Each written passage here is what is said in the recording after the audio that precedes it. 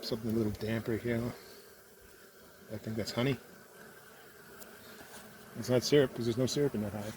These are a Caucasian honeybee, apparently. It's a new strain that I picked up from a beekeeper on the west coast. Not last summer, but the summer before. And this is their first.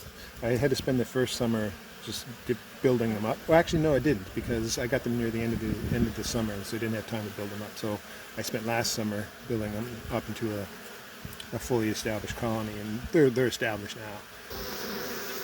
Anyway, yeah. So Caucasians apparently don't brood up early like Italians, and sounds very racist, but they don't brood up early. They need apparently a natural pollen from the natural world, flowers and all that stuff, to really kick into high gear. And then once they do, they just go, the queen goes from like laying whatever, say a couple hundred eggs a day to 2,000 eggs a day, something crazy. She just goes nuts.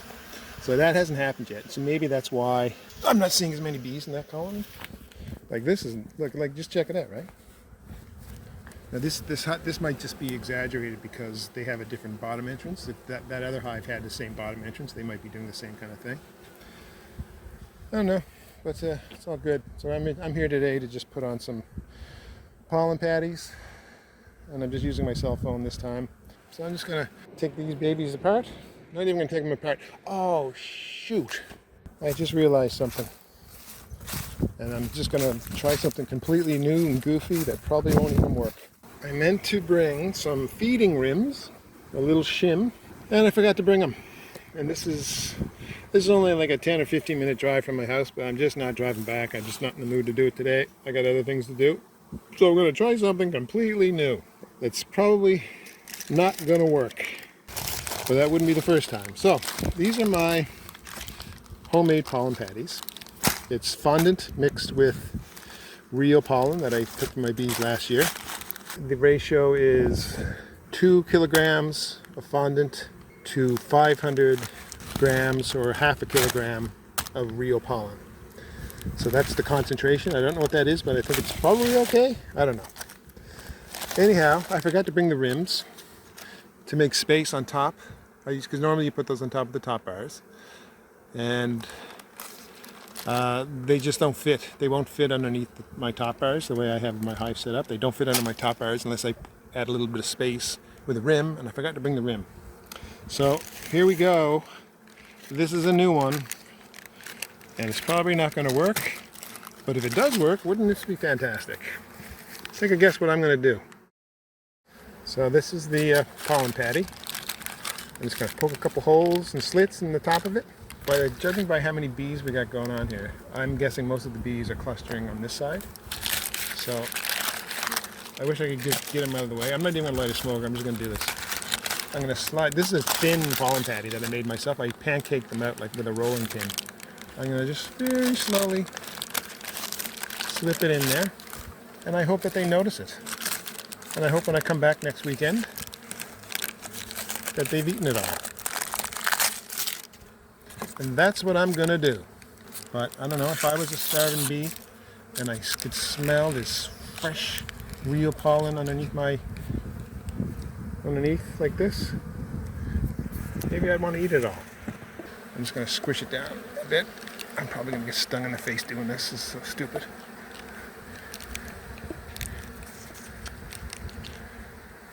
Okay.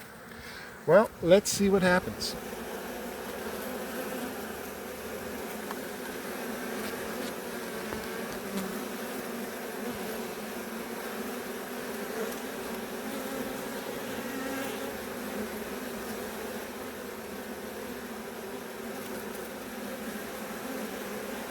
All right, so this is a new one. I'm gonna do the same thing with these bees, and this entrance is much thinner, but I think it'll fit. Okay, so the pollen patty is in this hive now. I left a little bit of it poking out like that. I'm gonna put the mouse guard over it right now, but I'll just be able to pull it out next week and just see if it's empty or not, see if they've eaten it. They might not, but we'll see.